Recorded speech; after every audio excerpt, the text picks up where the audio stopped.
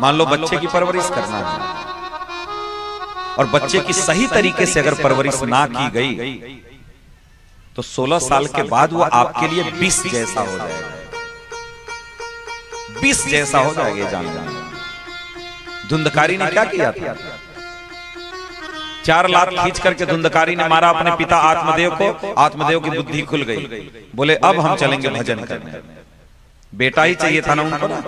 बाबा जी के पास गए थे, बोले हम सर पटक करके जान दे देंगे आपके चरणों में, नहीं हमको बेटा नहीं हो रहा, हमको बेटा दीजिए आप। महात्मा जी बोले 7 जन्मों तक आपके ललाट में बेटा नहीं है, बोले आप अपने तपोबल से दीजिए। फंस गए बाबा। एक सेब निकाल करके दिए, लेकर के आए, लेकिन उनकी पत्नी ने सेब खाया नहीं।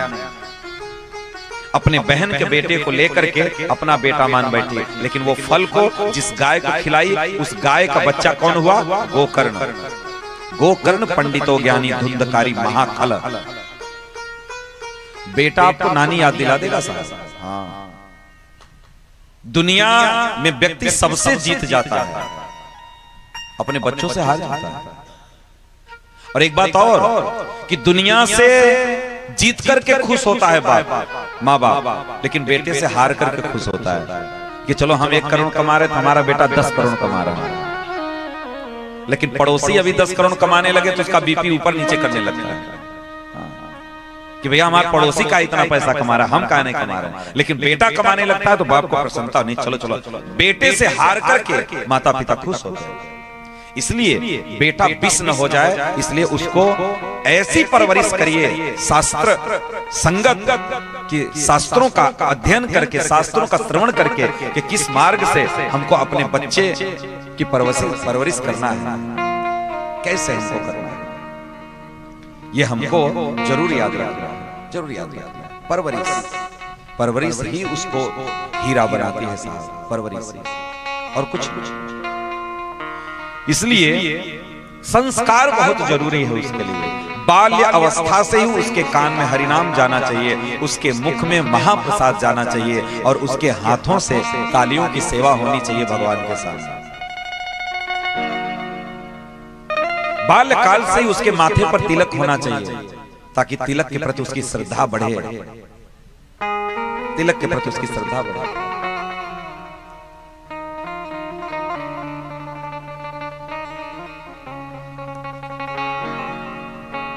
अभी अच्छा एक मैं आपको छोटा सा उदाहरण दूं।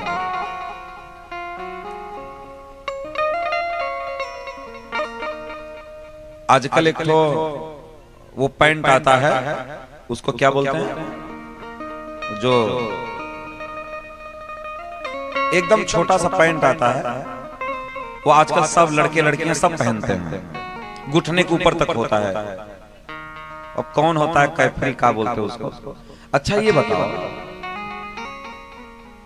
2 बच्चों की मां जो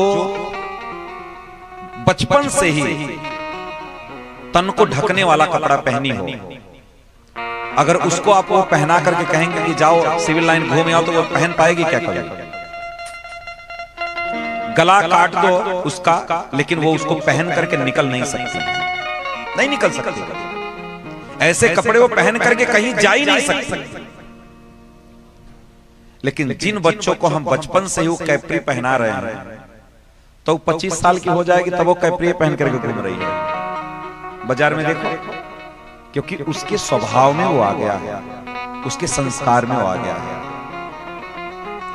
तो निर्भर ये करता है कि आप बाल्यावस्था से आप उसको कैसी परवरिश दे रहे हैं, कैसी परवरिश दे रहे हैं।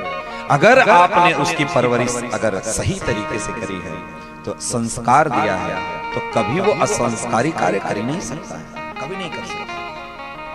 इसलिए बाल्य अवस्था से ही बच्चों को हिसाब से हमको कपड़ा पहनाना चाहिए। ये नहीं सोचना चाहिए नहीं नहीं नहीं, अरे हमारे तो बच्चे अभी बहुत छोटे हैं, छोटे बच्चों को तो चलता है। चलता नहीं है, आप उसके भविष्य को नाश कर रहे हो। चलता नहीं है। बाल्य अवस्था से उनको ऐसे, छोटे बच्चे हैं वैसे ही कपड़े लाओ, जैसा बड़े में उनको पहनाने की इच्छा रख रहे हो, वो कपड़े आप बच्चों को बाल्य अवस्था से ही पहनाते रहो। बाल्य अवस्था से वो कपड़े पहने, फिर बड़े होने पे देखने कैसे कपड़े पहने। ये सारी चीजें उसके संस्कार में आती हैं, उसके संस्कार में आती हैं।